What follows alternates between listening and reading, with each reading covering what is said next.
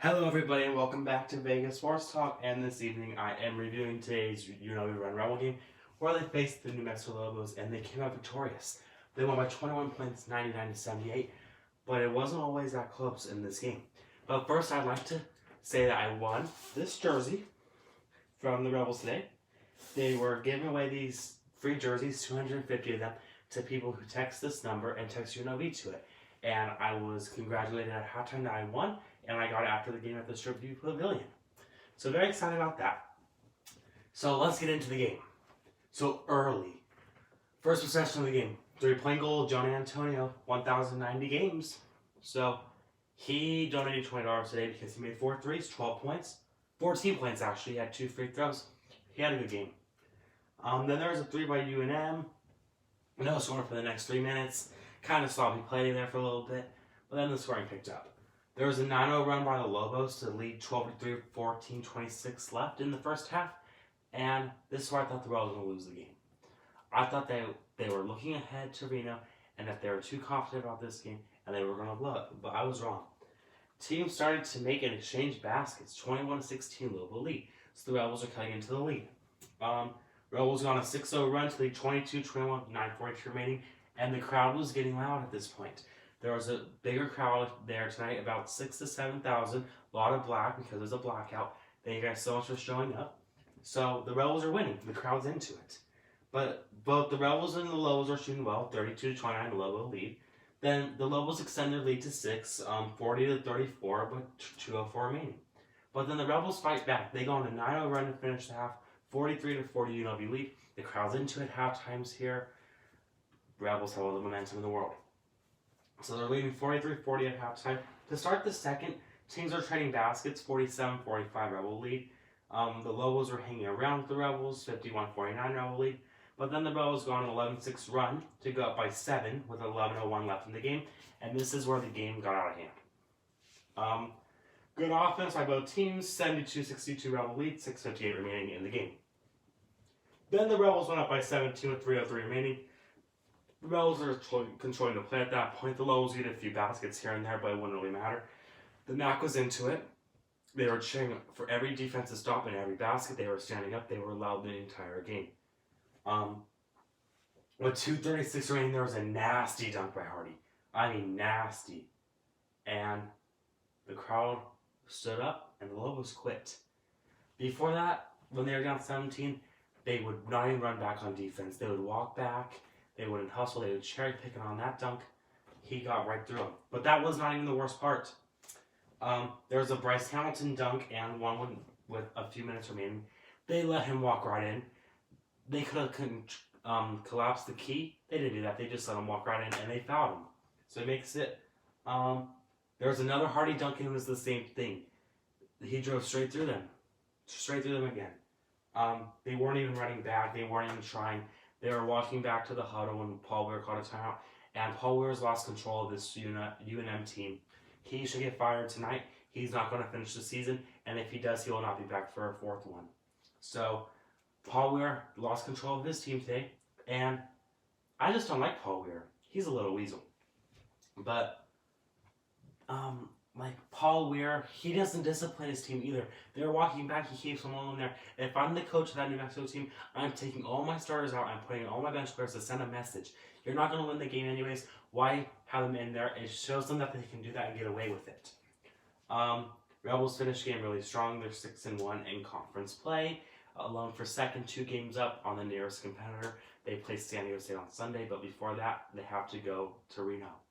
And they needed that win at Reno to move to 7-1. San Diego State beat Reno tonight at home. So if the Rebels move to 7-1, that next Sunday's game, it will be packed. It will be monumental. It will be for first in the Mountain West Conference. So the final score, UNLV wins 99-78. The box scores for New Mexico: Jacon Lyle lead them with 20 points. Corey Magal had 19 points, and Vontae Hendricks 14 points and 6 rebounds. And Mallow Watts played good tonight as well. For the Rebels, Coleman had a triple-double, the first time that happened for UNLV since Mark Dickel in 1999 against Mississippi Valley State. 11 points, 11 assists, 12 rebounds. He played amazing today. Bryce Hamilton had another strong game, 35 points. Him or Coleman's going to be co-player of the week. They should be co-players of the week. They both had great weeks this week and 2 great games today. Mari Hardy, 12 points, 6 assists, 6 rebounds. He played great on the defensive end, facilitated. The box score doesn't show up, but he played a lot better than only 12 points. And Nick Blair, showing what he's capable of, 14 points, 5 rebounds. If we get that from Nick Blair every game, the Rebels are going to be unstoppable. So the Rebels improved 11-9, 6-1 Mountain's Conference. But let's go to the team stats. Field goals from New Mexico, 41.3%. 3-point goals, they had 10 of 26. It's about 40%. Free throws, 16 of 22.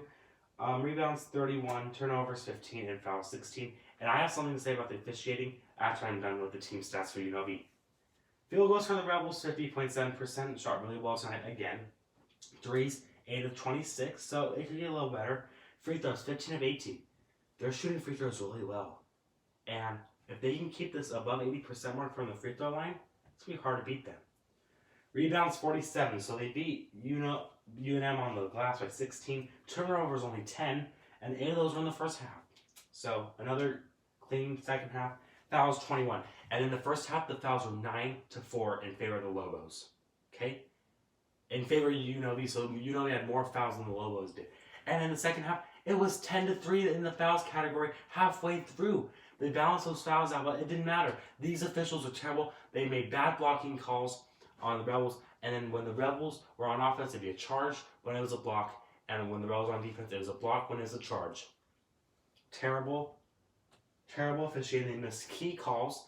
They were not blowing the whistle in the beginning of the game where there was fouls. And when there was no fouls, they'd call it. And they would call double technicals when there was no double technical to be called. So anyways, sorry that I went on a rant there. Keys of the game for the Rebels, they had a limit Jaquan Lyle. That really didn't happen, so they're getting X there. Win rebound battle by 10-15, they got that by 16, so they get a check there. Limit turnovers under 12, check. And make 35% from 3 and make 80% from the free throw line. I gave them a check on this one. They made about 32% from 3 and 85% from the line, so I gave them a check there because they deserved it. So they completed 3 out of 4 keys, and 3 out of 4 keys win you games. They play consistent, they were making shots, they were playing with great hustle again, and Bakke Jean did not have the best night, but that didn't matter tonight. So there you guys go. Paul Weir's team has quit on him, so they're 4-3. They're on the downswing without Carlton Bragg, and they are done. Let's just admit it, they're done. The Rebels are 6-1. They're second in the Mountain West Conference. Tough stretch coming up at Reno versus San Diego State, at Colorado State, at Utah State. If they can go 2 for 2, 2-2, they'll be perfectly fine with Rebel fans. 2-2, they'll take it. So, thank you guys so much for watching. The Rebels improved 11-9 overall. 6-1 in conference play for the first time in 12 years. So, thank you guys so much for watching. My Vegas Golden Night review will be up in a little bit. And make sure to follow me on Twitter and Instagram at Vegas Sports Talk. Thank you guys so much for watching. I'll talk to you guys again soon.